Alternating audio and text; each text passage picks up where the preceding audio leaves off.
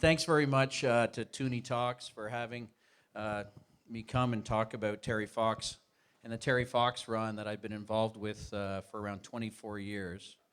And it's great that the Tuni Talks group is coming out. They're actually creating a Tuni Talks team. So if you go to terryfox.org, you can join the Terry Fox team that's called Tuni Talks, join the team, and raise money to help find a cure for cancer. So tonight I'm going to talk to you. I'm going to move up here, just here. There we go. Now I can see everybody. It's bright lights, so tall. So I'm going to talk about 3 wishes, and if I fall off the stage, catch me. I can talk about 3 wishes I have tonight. I was thinking about what I'm going to speak about on Terry Fox. So the first wish I have is that I wish Terry Fox was actually here talking to you tonight. How many people know the story of Terry Fox? A few people. So when he was about 18 in the late 70s, Terry Fox got diagnosed with cancer. There's a picture of Terry here. Here he is. And he got his leg amputated.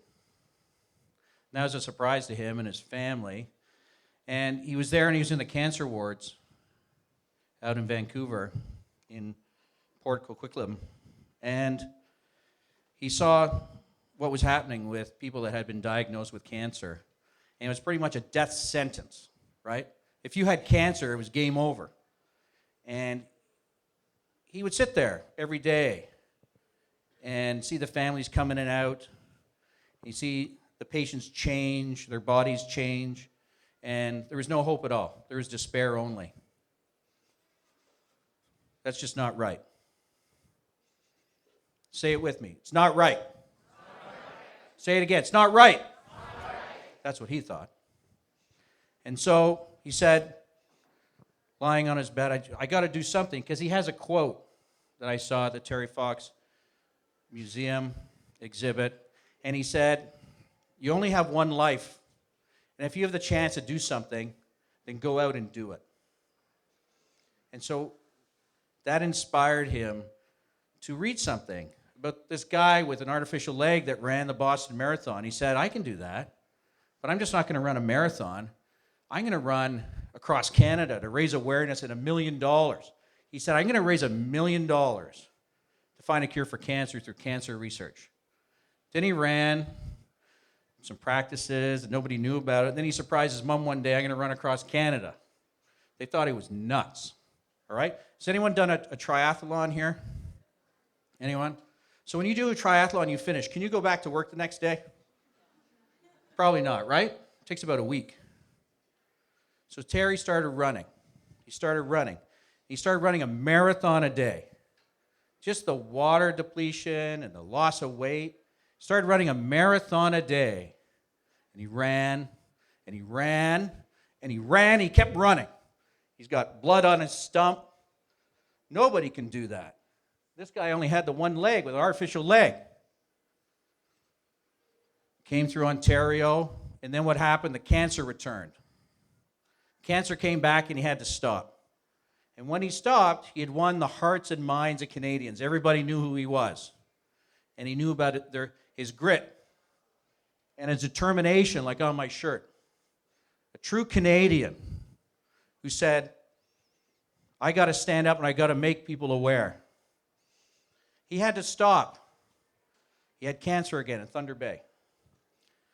And what happened was, Isidore Sharp of Four Seasons and the government of Canada and a bunch of sports associations got together and they said, that's not right. Say it with me. That's not right.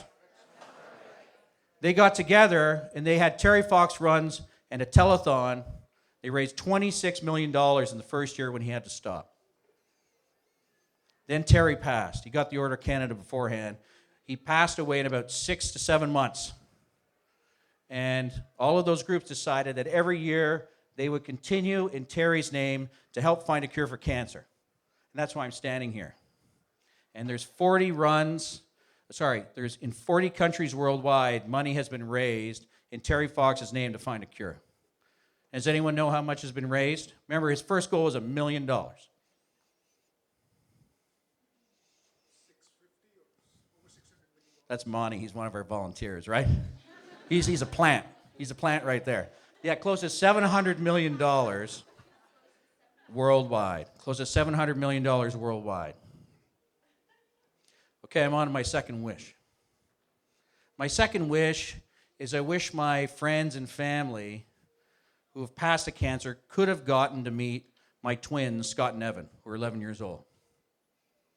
My wife and I have had 12 people in the last 3 generations that have passed the cancer. I'll tell you about 3 of them. One is my grandmother, Allie. She had multiple cancers spread through her whole entire body. She didn't have a chance. I remember when she took her last breath on a bed that we had set up in the dining room. She had been on a special hospital bed, right? And she was just sort of frozen. The face of, she took her last breath, it was over. There's my Aunt Nancy, who didn't get to see her daughter grow up. I carried her upstairs to her bed for the last time. And then there was my grandfather, Floyd. He got brain cancer. That's not a good one to get. Brain cancer, it took him. It took him fairly quickly, and he was just the same sort of stare. Couldn't do anything. It's almost like you get trapped in your own body. I really wish that they had had a chance to meet my sons. But you know what? My mother did, because she's had cancer 3 times, and she's a survivor. And it's part of because of what Terry Fox did to raise awareness. How many people here know someone that has been impacted by cancer? It's a big list, right? There's a 20-40% chance you'll get it yourself. Big question is, and the one I want to see, is how many survivors are here? A couple survivors? There you go. Good work. Good work. So, if you're a survivor, you can get a Terry Fox t-shirt. You know, a red shirt, a special survivor shirt. You can contact me. But I mean, what you've gone through as a survivor is incredible. It's not even describable what you've gone through, let alone what Terry did. Terry had the cancer when he was running too. Imagine having cancer and you're running on an artificial leg that's just mechanical. I've met people now with internal prosthesis. So today, Terry wouldn't have had to have this artificial leg. He'd have that prosthesis internally and keep his leg and keep his nerves and keep his muscles. It would be inside. You sort of tap on it. It goes knock, knock, knock. Right? So those are some of the advancements. And that's my last wish, is the wish that Terry had and that many of us share, is to find a cure for all cancers. Isn't it about time? I think so. I think so. And just now, a lot of the monies that have been raised by Terry Fox and other organizations are coming out of trial. So a friend of mine, her husband's mother actually had a chance. You can have the chemo, or you can have this other option. And she chose the other option because the chemo, as you know, that's really poison. The whole strategy of chemo is you poison yourself to hopefully the cancer will die, but you don't from the chemo. So chemo's a bit risky, right? So she took the other option. The other option's helping.